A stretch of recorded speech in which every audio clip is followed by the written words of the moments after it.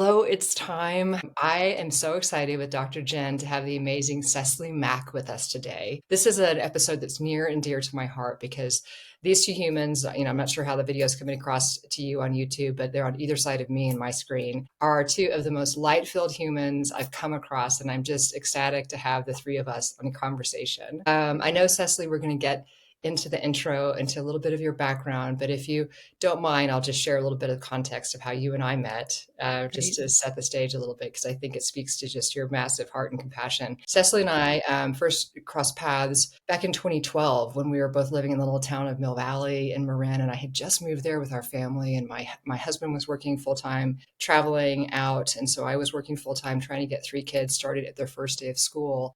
And my little first grader, who's the oldest, was really excited to go to school. And the minute we got there, he just broke down and laid on the playground and started crying. And I had his 4-year-old sister and his 2-year-old brother on each knee, and was late to work, had to get across the Golden Gate Bridge, and thinking, what am I going to do? I've got three crying kids. And here comes this little angel, Cecily, and just doesn't know me, reaches down and says, "Hey, do you need a hand? Can I help?"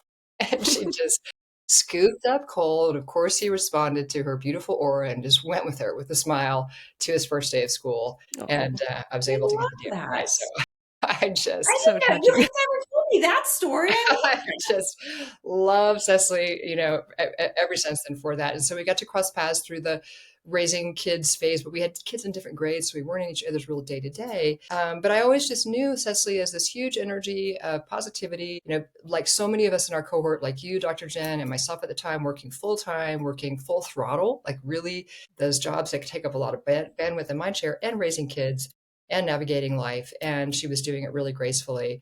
And then flash forward 5 years later, we cross paths on the playground again, and she shares with me that she's exploring life without alcohol. And she was the first person who had talked to me about that. And I was just curious and inspired. And that was the context for how I first considered what might it be like to think about pulling alcohol out. So one of the things that a lot of people are thinking about in this time of the year is, how do we reevaluate the year? How do we reevaluate influences in the year? And I think one of the conversations that Cecily has provided in her work, and I'm going to let her talk specifically about her work, is how can you frame that conversation in a way that's full of self-compassion and full of iteration and curiosity and exploration, and sort of releases a little bit of the binary part of the conversation as it's been to date. So Yeah. that's enough of me talking, but I wanted to give that Aw, context for Cecily joining thank us you. today. Thank you so much, Lindsay. And you've always been just such a light, whether it's long distance in this way for me or when we were both in that full-time working mom crazy cohort that we were in all these years in Yes, Mill Valley. Jen was. I think we could recognize each other across the playground. It's like, oh, Yes. I see you. You're dressed for work and you're trying to do this. And Yes, wow, I yes. got you. You got me. So great to Jen connect this Jen way. was doing the same thing down in Palo Alto at that same moment in time, so we were all stomping on it, yeah. Wow. Awesome. But Cecily, tell us a little bit. I mean, we're so excited to make sure we talk a lot about Undimmed and the book, which is so awesome because it's out. It's in the New York Times. It's on Oprah's list, the top 10 books. I mean, amazing. So we're going to talk about the book specifically, but do you mind just kind of pulling out a little bit more broadly and talking about your work to date and how you got here? And then we'll dive into the book specifically. Yeah, sure thing. So, first of all, so unplanned. This is just a whole story of a testament to following your heart and your interests, and where you see an opportunity to give something back or be of service or a calling, listen to it, go for it. 8 years ago, as you mentioned, took this 30-day break from drinking at the beginning of what was a painful and difficult divorce. I just wanted a clear head and clear mind through this process. Yeah, And 30 days in, I realized how many positive changes I was enjoying from that simple adjustment, removing this one thing. Even though much of the rest of my life was in chaos, somehow everything just felt a lot clearer and easier without my kind of normal social drinking habit that I had become quite embedded in over the years of adulting and parenting and working and socializing and everything else we do. right. So that 30 days turned to 60, turned into 90, and then a whole year of 2018. And through that process, I wrote a lot just to understand my own experience and some of the whys underlying my behaviors and patterns and habits, and also trying to find where my experience fit into the cultural narrative. I Mhm. did not feel like an alcoholic. I didn't self identify as sober. I never had a rock bottom. I never went into rehab. I don't consider myself in recovery. Now, big ups and respect for all of that work and community and structure that has helped so many people, but it didn't feel like a fit for me. So I felt like I needed to craft my own language and path. And Yes. that's really what I did. And I started writing essays and writing kind of mini chapters, thinking this might be a book or a memoir someday. I started a social media account that I could use to anonymously connect with other women who are going through something similar. Long story short, I ended up having this kind of framework that I ended up basically developing for myself and realizing that it could be of service and support to others. And so over the last 2 years, it's become a proposal and then a book deal and then the book writing process. And here we are bringing the 8 awarenesses to the world. Yes. It's so amazing, and I'm so glad that we've had that opportunity to connect and start to get to know one another. I really resonate with that idea because I think that that is sometimes the hard part, whether it's a relationship with alcohol or a relationship with other things in our lives, is that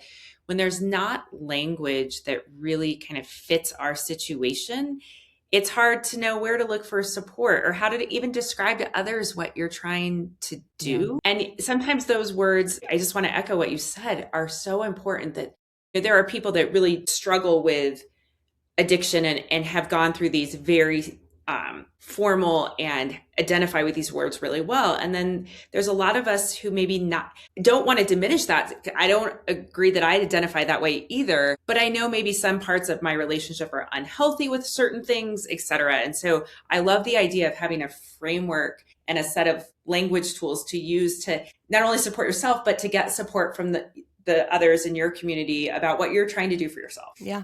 Thank you for saying that. And it really is, it's an inside job for most of us. We need to connect with others. We might need a framework or the right terminology to help us make sense of things as we go. But I found that just having a different set of lenses with which to view and understand my experience and now others as well has been so helpful.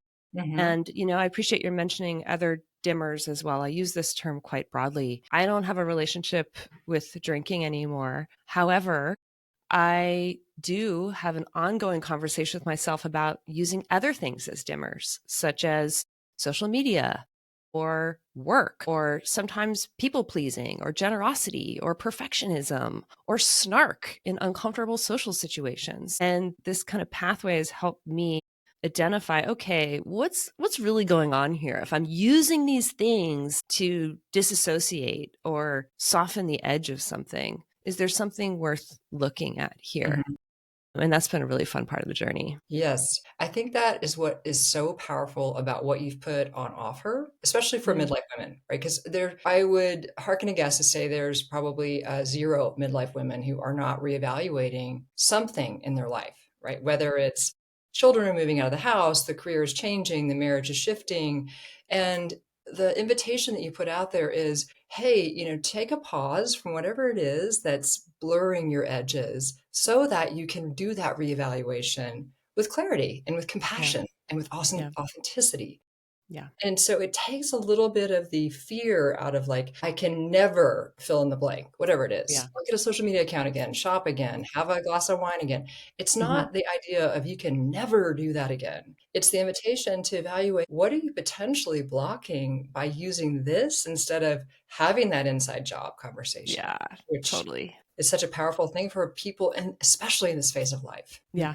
And that really can be the simple thing is noticing, am I doing this thing because I want to do it? Or am I doing this thing because I feel like I need to do it? And we can get to a place where maybe we're relying on something. We feel like we need the glass of wine to have that awkward social conversation or to initiate intimacy or to cook a meal at home. Mhm. And maybe just distancing ourselves a little bit from it and then noticing what is it that, is it only moments of stress or lack of comfort that make me go for this thing? Or am I actually going to just really enjoy it?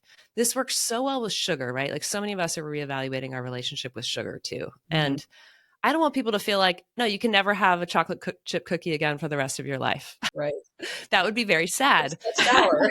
But I have to That would stop be right now. tragic. But we don't want to unconsciously be eating multiple chocolate chip cookies every time we have a tough evening. Mhm. We want to really enjoy the chocolate chip cookie and, experience it. The same might apply to a glass of wine or even 15 minutes on Instagram. Like, they're wonderful, healthy uses of so many things that we can also turn to dim out.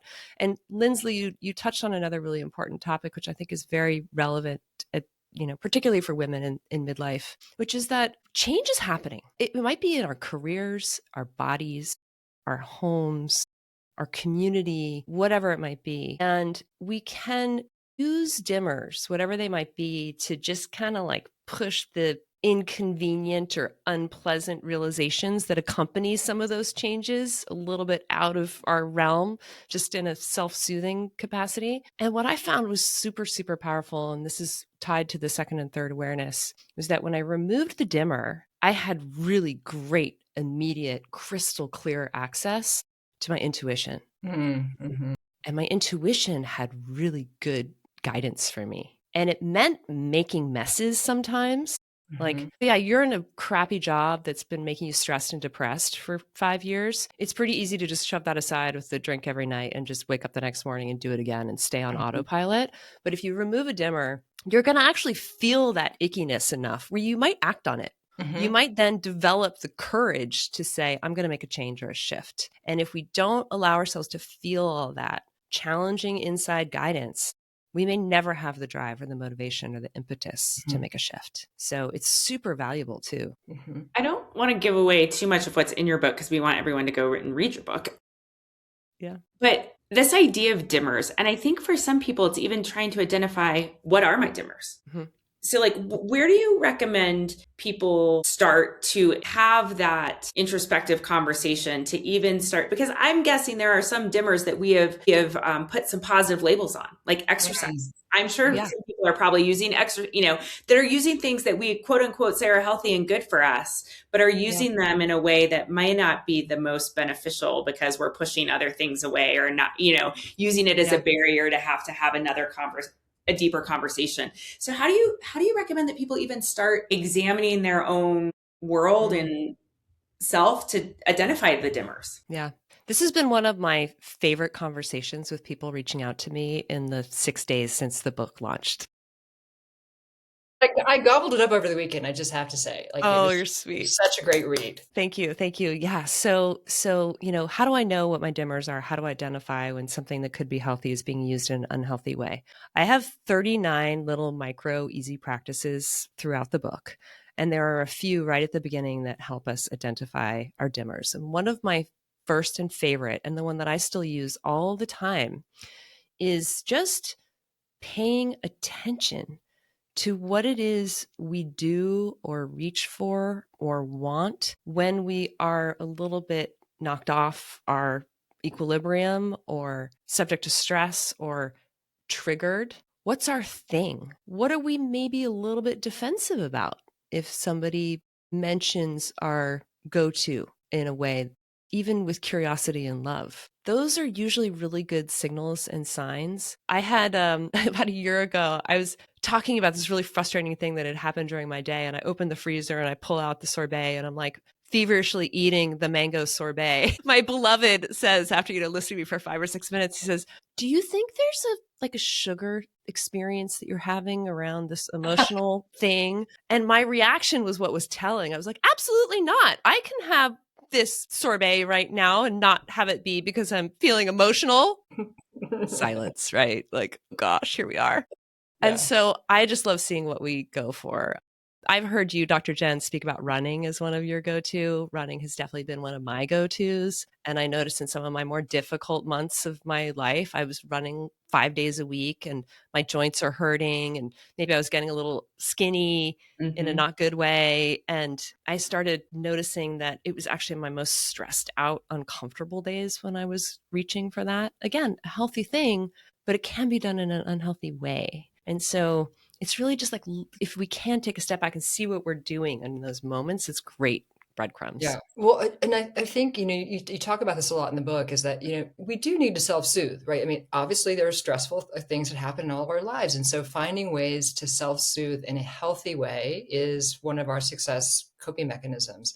And so Totally. running could be it sometimes, and then it goes over the edge, or peanut butter chocolate ice cream can be it for me, but it can't be, 6 days a week. Yeah. But one of the things that I thought was such an impetus for why even consider evaluating your dimmers was your conversation about how much found time you Mm, had, right? Like the anecdote around, thinking about going to get the dimmer, and then the time that you spent doing the dimmer, and then the time that you spent beating yourself up about the fact you did the dimmer, and then repairing, and whatever that is, it's a yeah. chunk of time. So talk a little bit about that, because I think that is one of the most compelling reasons why it's just, evaluate it, because there's all this found time that you're leaving on the Yeah. table. Yeah. Thank you for raising that. So two things, first of all, I think another clue to maybe an unhealthy relationship with something is noticing how much we're overthinking it. So my first time wake up call was after my first 90-day break from drinking. I went out on a date and I had a glass of wine. And I spent the entire night freaking out privately inside my own head about that glass of wine. Should I have not had the glass of wine? Should I have a second one? How fast do I have to order the second one for it not to be weird? Do I feel buzzed? Do I want to feel buzzed? Is this the way I used to feel buzzed before I had three? Like,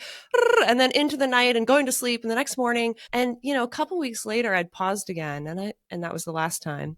And I remember just the relief of like, oh my God, all that time I don't have to spend thinking about this thing anymore. It was so all consuming. And that's a great sign. I hear this from people all the time, especially weeks leading up to vacation. How stressful is it to be going into a vacation when you've been taking a break from something like drinking or sugar, and you're spending weeks thinking about, am I going to adhere to that rigid rule on vacation? And you go into vacation having spent 8 hours of the last 2 weeks overthinking whether or not you're going to do this thing a little bit on vacation. Another really memorable moment on this, Lindsay, which maybe you're remembering from the book, was after I had been alcohol free for a while and a lot of my life had changed. My schedule had changed. My relationships had changed. I'd moved. I'd shifted my career trajectory around. I was on a walk one morning and I realized I felt like time had slowed down. Like I had more time, which is not something that we feel in our late 40s and early 50s Right. working as a parent.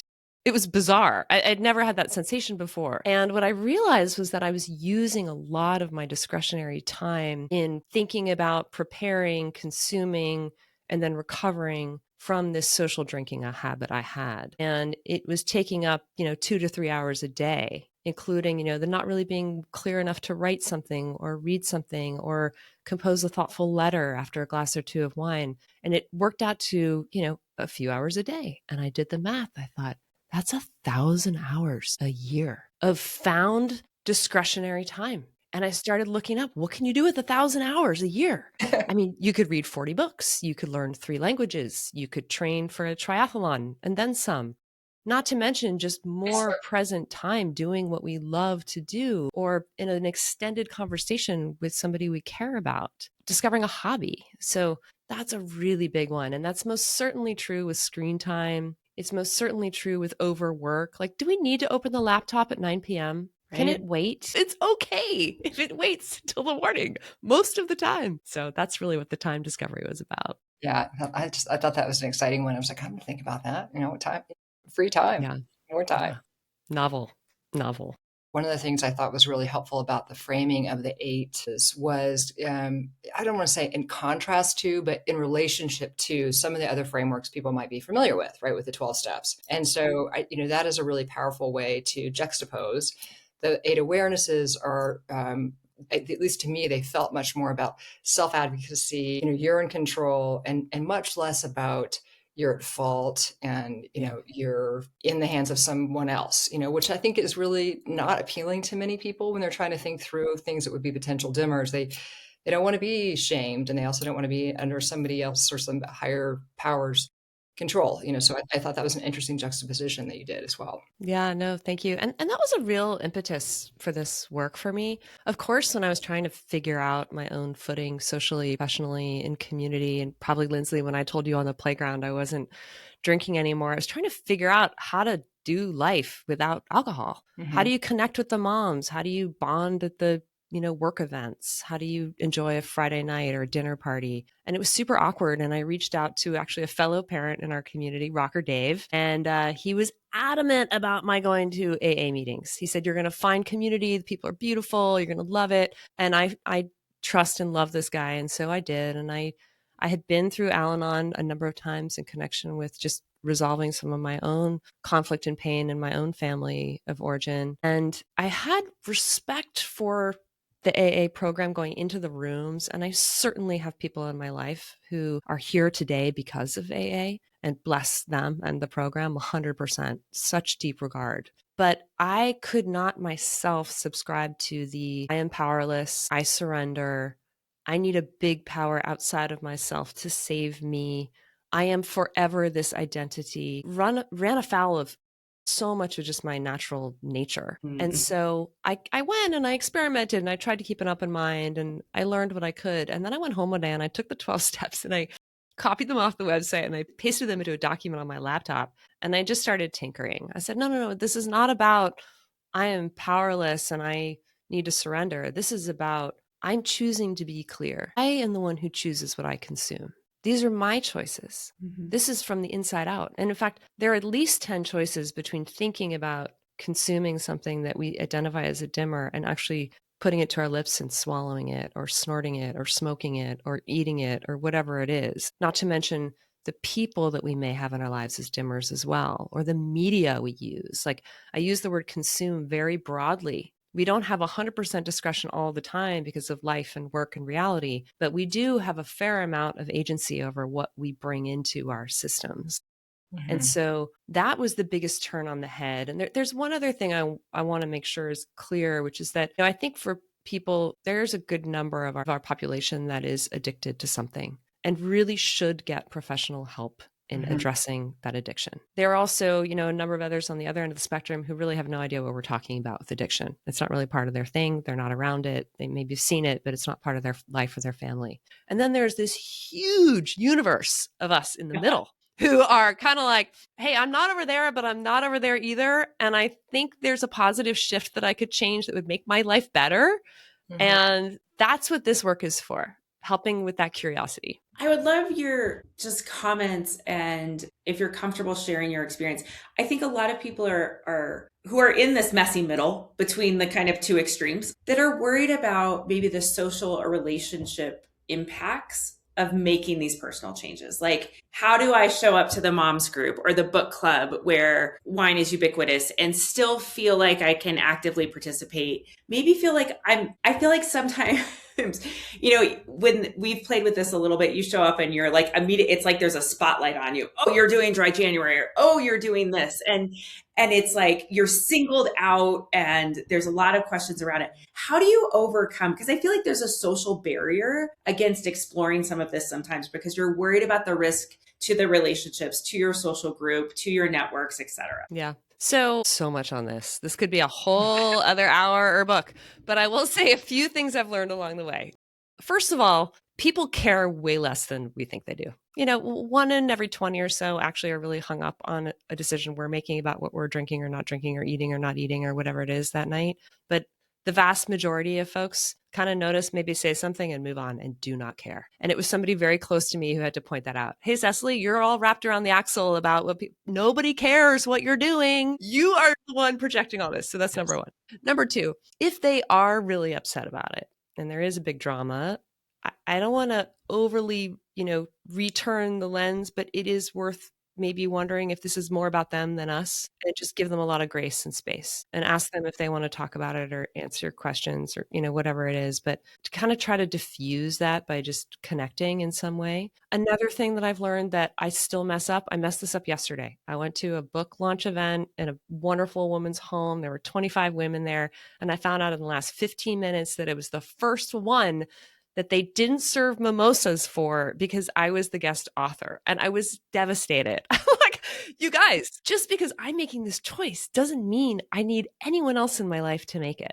That's part of this work. It's a very private, independent journey. And so one thing I've found, and I usually remember this, is when I'm a guest at somebody's home or at their event, just make it really clear. I'm super comfortable with people around us doing whatever they do. I'm just opting out for Yeah. whatever reason. We also don't need to go on a big long narrative about it. In the beginning, I used to just want to talk about this and how great I feel without alcohol and it's so wonderful now. And I realized that is also most of the time, unless somebody's asking, really not helpful. Very simple, like, I'm not drinking tonight, or water for me, please, or I got a big day tomorrow. I'll pass this evening. Like, keep it light, keep it neutral, and let people come to us with questions if they want to talk about I do love that take. It's like, letting people know it's not a peanut allergy. Like, I'm not going to die, if it's that you bring up. it. But, Yeah.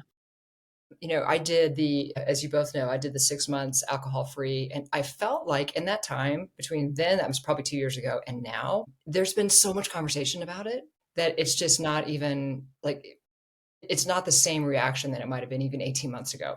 And for me, the biggest challenge is I actually love the taste of a buttery Chardonnay. And so I do think there are better alternatives now than there were 2 years ago for things that genuinely taste good.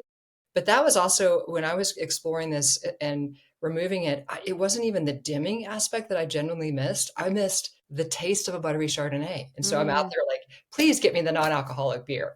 I don't drink yeah. beer, but give me that version of that for Chardonnay because it's that taste thing. But I think Yeah. you're right in that a lot of people really, it's like we tell our teenagers, people don't care about you. They're caring about themselves. And that's still Yeah. true. We're all 14 years old in grown-up bodies. Yeah. There's one interesting exception to that I've also discovered, which is for the other person maybe opting out at that time in the room, they might really appreciate you being open about your choice. So I most certainly have people come up to me all the time and say, "Hey, thanks for being the first at Girls' Weekends to bring non-alcoholic cocktails," because I always felt a little embarrassed about not liking drinking. And now it feels a little more safe because I'm not alone. Or going to the dinner party and just being completely normal about the dinner party, but just not having whatever wine or alcohol everyone else is having, and showing your people we're still fun. We can still have a great night together. It's not going to be awkward or weird. It's usually that first time that feels a little bit bumpy, and then people Yeah. don't really care. I think you do a great job in the book of giving examples of people, and we're talking about wine, but it's with multiple dimmers who reevaluate their relationship with the dimmer, but they don't extract it completely from their life, right? They are actually quite happy on this reevaluated path, whatever moderation means to them, and it's given them a perspective to understand when was the overuse actually impeding their clarity and how Mm, do they continue to enjoy whatever their dimmer was in a way that doesn't have that same kind of impact. And so I thought those were great examples to bring to light too. So again, yeah. it's not binary always for everyone. Yeah, and especially when we get into dimmers that are generally healthy but can be used in unhealthy ways. So I have a number of people in the community who have a difficult relationship with food. It's their go-to when they're suffering, and many of them have decades of complex eating issues and disorders. And you can't just abstain from food like you can quitting a drug or sugar or alcohol. You have to have a relationship with it for the rest of your life. And similar with work for most of us, and exercise for most of us, and even, generosity or people pleasing or some of the more nuanced relational things. Sometimes it's easy to go, abstain black, white. But for most of us, it's actually better to just refresh, reset our relationship in a way with something that allows us to go to it in a way that's nourishing and supportive and communal and beneficial, and less when it's being used in a manner that could be toxic or harmful to ourselves or others. And so sometimes it means taking a little bit of a break or doing some type of a reset and then coming back to it with a different perspective. That's certainly the case with alcohol too. I think, alcohol is one of those things that it's for many people, drinking is progressive. You kind of go from this use, abuse, addict, and I walk through that terminology in the book. It's really wonderful to, in your 40s, 50s, 60s, whatever it is, kind of take a pause and say, am I relating to this thing in the way that I want to? And then it sounds like you have, Lindsley, you just have a healthy, functional relationship with wine. And there's nothing wrong with that. For some people, might erode after 3 or 4 years, and then they do, take a break for a little while and then they come back or whatever. It's just being self-aware enough to know what that relationship is and kind of checking ourselves. Is it supportive of the life that I'm trying to live? Mhm. And sometimes the answer will be yes, and sometimes it'll be no, and we can revisit. It's maintaining that agency before we're off a cliff that I think is the invitation. Yeah. Yeah, I mean, I think for me, the most helpful thing to do has been to be able to continually pause and check in and be like, does this pause, does it work? Can I do it? And if not, what might that be reflecting? Yeah, So whatever that dimmer is. Yeah. totally. Super interesting. I think that that is a, I don't know if gentle is the right word. Maybe it is though. It gives people a gentle path to approach some of these. I think when it feels like all or nothing sometimes, it's intimidating to start, right? And you're like, well, maybe I still want a little relationship with whatever it is. I think exercise is the perfect one for me to use as a model. Hmm. I still need to run, but I need to be conscious of why I'm running. Yeah. And that I might need to actually do something else that's better for my body at that point in time and deal with what I'm running from or away from or et cetera, or, figure out why I'm crying while running and maybe go deal with that instead of just Yeah. keep running. Been there. And the cortisol out. I think that that's, but and so I think that's such a great invitation Hmm. to say, just take a break and examine and then Yes. and see how it's serving you. And then you really, back to your point, instead of being powerless, you can be very powerful in how you want that relationship to look going forward. Yeah. Hmm. And this is so fun once we get going on that. I've used the term agency contagion. Yeah. Yes. Like once we realize we can make a shift in one area of life, we realize we can make shifts in other areas of life too. There's a wonderful New York Times profiling of GLP-1s in intimate relationship last year. I don't know if you guys heard this, the second half of last year, but the woman was speaking about her experience of losing all this weight, and it emboldened her to then make other big changes in her life, like ask for the promotion and ask her husband for different, shift in their marriage. And it's one of those things that I think happens when we shift a relationship with something that maybe we don't feel totally in control of, and we Hmm. realize, oh, actually I'm in the driver's seat here. Mhm. Then it can spread to other areas of our lives, which is really empowering. That's one of the best parts. And also, Jen, I want to make another comment about this kind of, not having to be so black and white about things. The reason I put this work into the world is really personal and intimate, beyond just that it was kind of a stone gathering moss and growing. When I first paused, the first reaction I had from one of my first friends who I told was, oh, I didn't realize you had a problem. Right. And that really pissed me off Right. because I know what alcohol use disorder looks like. I have been very close to people who have really suffered with addiction to alcohol. Mhm. And I had a big, strong, it's not me reaction. I realized through this journey in the writing that my late mom, who died in 2011 of esophageal cancer and frankly depression bundled together, she never got help because she couldn't first do the I am an alcoholic thing. There wasn't a path for her to assess her relationship with something in a way that may have yielded a healthier life and a longer life. So Hmm. she never took that step in that direction. And this offering is something that I wish was available for me when I started this experiment. It's something, boy, do I wish I had this understanding and this more compassionate lens to have a conversation with my mother about before she was gone. And I really hope and believe that there are a number of us who just need a little bit, and I love your word gentle, a little bit of a gentler kind of hand holding into this exploration. And with that, self grace filled self awareness and introspection and self review, we are probably going to make some good changes. Hmm. Baby ones that have big impact, big ones that baby impact, who knows? But that's the hope. Yeah. Yeah. I mean, it is such a well-structured, compassionate approach for people to get clarity and authenticity in what they want their next iteration to feel like and be. And so, Mhm. you know, The dimming model is, I think, relatable and familiar, but underneath it to me was so much an invitation for people to have a roadmap to evaluate and reevaluate based on where they are in their life, what they want the next to look like, with the fuzz out of it, with the fuzzy glasses off. Yeah. Yeah. Yeah.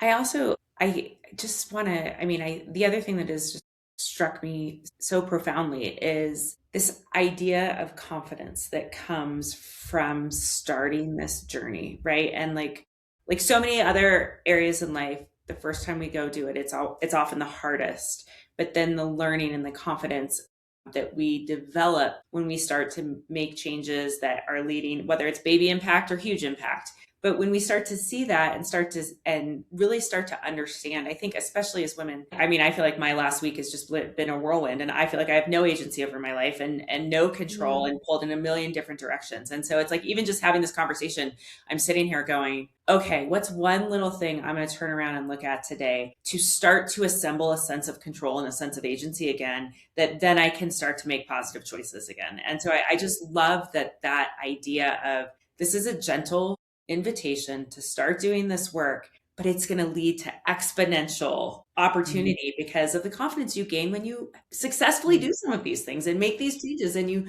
you feel good and you find 1,000 hours in your year, which is unbelievable to me. That's I'm a data person, and like you say it that way, I'm like, shoot, I'm gonna go look at a lot of things right now. Yeah. I might find another extra month.